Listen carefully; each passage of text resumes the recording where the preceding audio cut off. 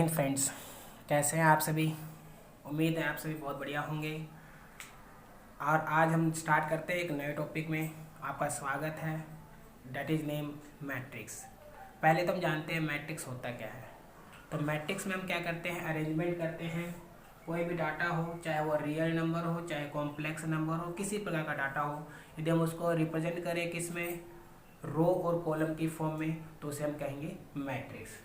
तो हम कह सकते हैं इट इज द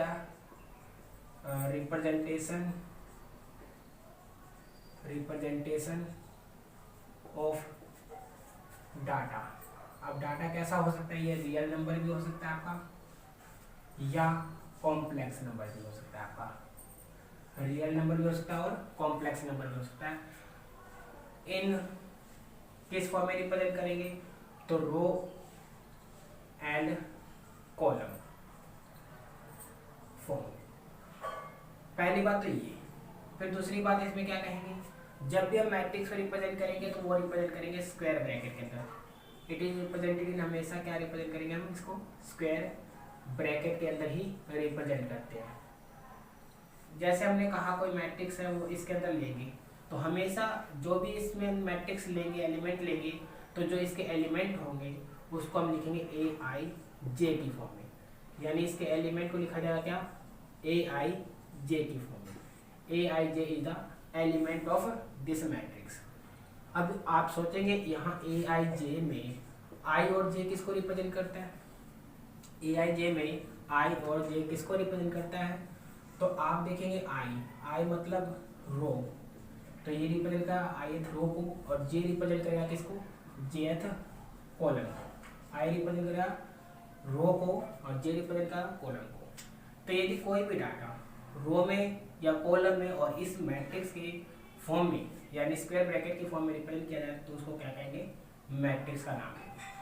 अब जैसे हमने कहा कि यदि हम यहाँ एलिमेंट लिखते हैं रो वाइज और ऐसे कॉलम वाइज, ये तो आप जानते होंगे कि जो हॉरिजॉन्टल होता है, हॉरिजॉन्टल उसको क्या कहते हैं, रो। और जो वर्टिकल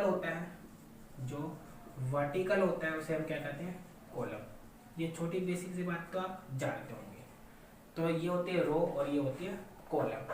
अब कैसे इसको और रिप्रेजेंट किया जाए, तो हमने माना यदि हम कहें कि कोई मैट्रिक्स हमारे पास ये है और इसमें हम एलिमेंट को रिप्रेजेंट करते हैं, तो ये हमने कहा R1 रो 1 और ये मान रो 2, ये हमने कहा कॉलम 1 और ये मान मैंने कहा कॉलम 2। तो यहाँ कोई भी एलिमेंट में लिख सकता हूँ 2 3 5 6, मान लो मैंने ये लिखा 2 3 5 6। तो आप इसको ऐसे भी रिप्रेजेंट कर सकते हैं। यदि स्टैंडर्ड फॉर्म में लिखे तो हम क्या लिखेंगे, इसको A11 है ये हमारा पहली रो पहली कॉलम, A12 पहली रो दूसरी कॉलम, A21 दूसरी रो पहली कॉलम, ये 22 दूसरी रो दूसरी कॉलम। कैसे, तो ये R1 हमने कहा, ये R2, ये C1 हमने C2। तो आप देखेंगे पहली रो पहली कॉलम है कि पहली रो दूसरी कॉलम, दूसरी रो पहली कॉलम, दूसरी रो दूसरी कॉलम। तो इस तरीके से हम रिप्रेजेंट करते हैं। फिर इसके बाद हम रिप्रेजेंट करते हैं ऑर्डर ऑफ अ मैट्रिक्स।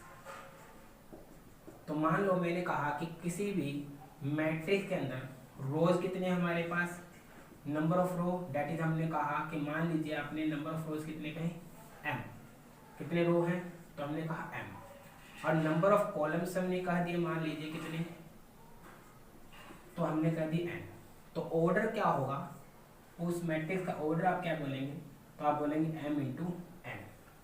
किसी भी मैट्रिक्स के अंदर यदि नंबर ऑफ रो m है और नंबर ऑफ कॉलम n है, तो उस मैट्रिक्स का ऑर्डर हो जाएगा, वो हो जाएगा m इंटू n, हो जाएगा m इंटू n, यानी वो m और n ऑर्डर का हो जाएगा मैट्रिक्स। कैसे, जैसे ये एग्जांपल है हमारे सामने, इसमें कितनी रो है, तो आप बोलेंगे 2, तो 2 रो है। कॉलम कितनी है, तो यहाँ कॉलम देखेंगे तो पहली कॉलम है दूसरी कॉलम, तो कॉलम भी कितनी है, 2, तो 2/2 इसका क्या हो जाएगा, ऑर्डर। और इसको अच्छे तरीके से समझते हैं, तो एक एग्जांपल लेते हैं। मान लीजिए इस तरीके की, मान लीजिए एग्जांपल आपके पास है 5 1 2 3 2 1। अब कोई कहे आपको कि इसका बताइए ऑर्डर कितना है, तो आप देखिए कितनी रो है, तो ये पहली रो और ये दूसरी रो, कॉलम पहली, ये दूसरी और ये तीसरी।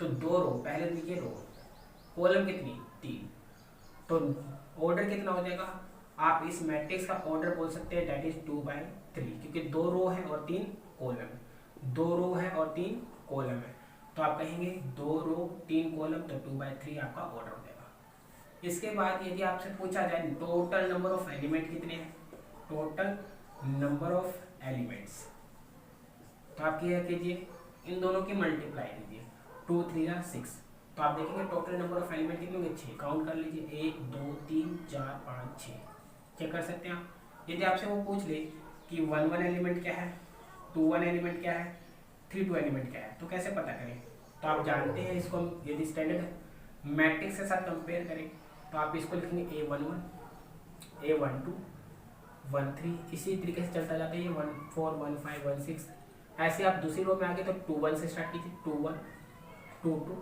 और 2 3, तो आप देखेंगे हम इसको कंपेयर करें इसके साथ, तो ये 2/3 का मैट्रिक्स हमने स्टैंडर्ड फॉर्म में बनाया, तो हमें पूछा क्या क्या, A11 यानी पहली पोजीशन क्या है आपके पास 5, फिर इसके बाद सेकंड रो फर्स्ट कॉलम यानी ये, तो ये वैल्यू क्या है आपके पास 3, तो आप कहेंगे ये वैल्यू होगी 3, तो यदि आपसे 3 2 पूछा जा रहा है तो तीसरी रो है क्या, आप देखिए इसमें तीसरी रो है क्या, नहीं, तो तीसरी रो नहीं है, तो ये डजंट एग्जिस्ट, ये एग्जिस्ट ही नहीं कर रहा है, डजंट एग्जिस्ट, ठीक है जी, समझ रहे बात को, तो इस तरीके से हम रिप्रेजेंट कर सकते हैं।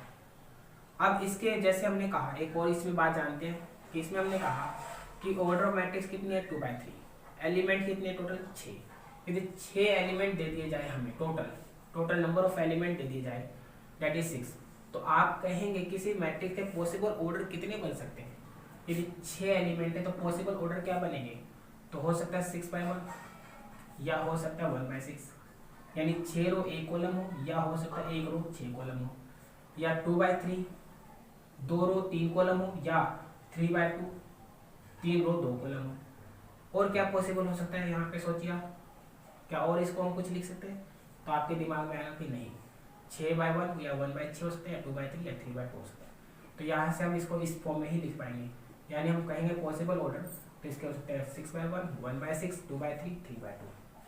उम्मीद है क्लियर हो रहा होगा आपको कंसेप्ट।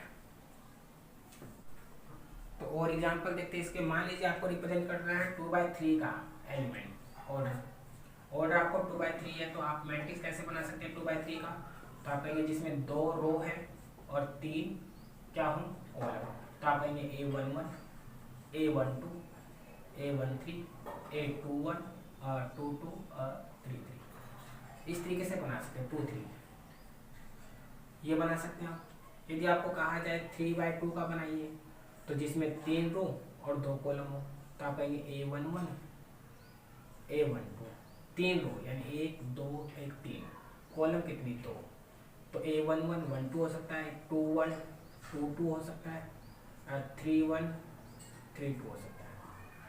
तो आप समझ रहे होंगे कि यहाँ पे जो ये है I, जो मैंने कहा IJ, तो जो पहला रिप्रेजेंट करना था वो रो को, I रिप्रेजेंट कर रहा है ith रो को, और J रिप्रेजेंट कर रहा है jth कॉलम को, I रिप्रेजेंट कर रहा है रो को और J रिप्रेजेंट कर रहा है कॉलम को।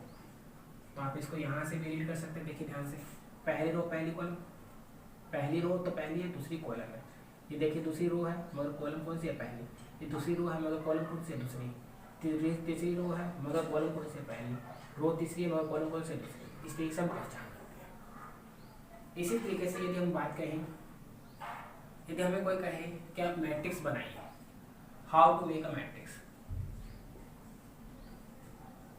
Next topic how to make a matrix, आप मैट्रिक्स बना कैसे सकते हैं।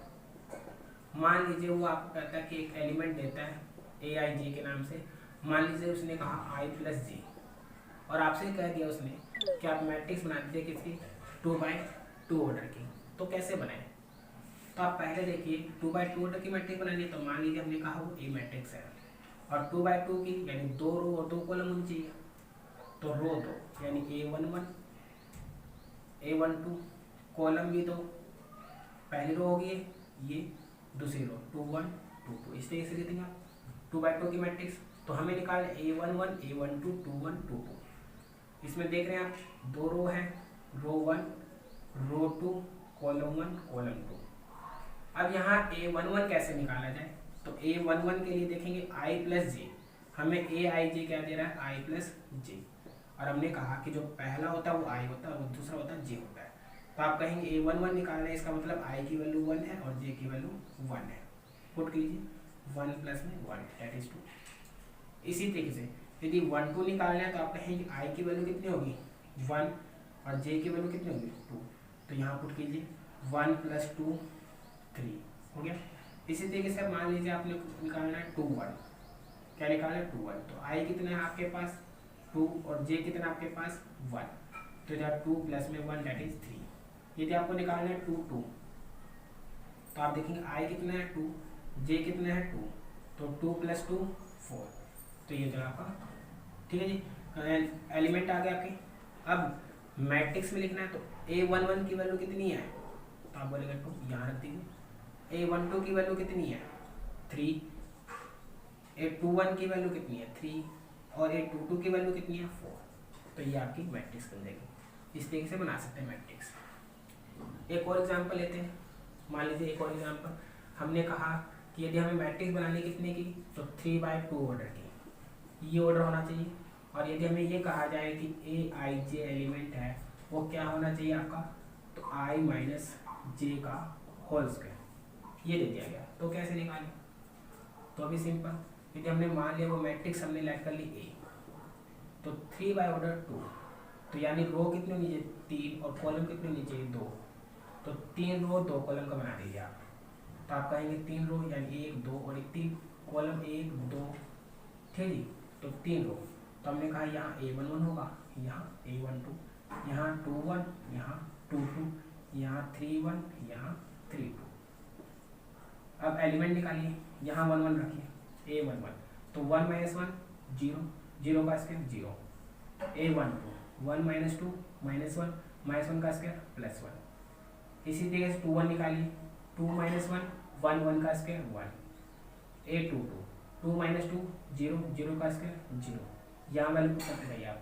सेम 3 1 3 माइनस 1 2, 2 का स्क्वायर 4, सेम 3 2 निकालिए, 3 माइनस 2 1 1 का स्क्वायर 1। यानी आप जो भी है आई और जे की वैल्यू यहाँ पुट करते हैं तो ये वैल्यू निकलेगी। अब यहाँ पुट कर दीजिए, तो 1 1 की वैल्यू 0, 1 2 की 1, 2 1 की 1, 2 2 की 0, 3 1 की 4 और 3 2 की 1, तो ये आ जाएगा आपका मैट्रिक्स। तो इस तरीके से मैट्रिक्स का कंसेप्ट लगाना है आपको। तो आज के लिए इतना ही। जय हिंद, फिर मिलेंगे नेक्स्ट लेक्चर में। ओके, जय हिंद।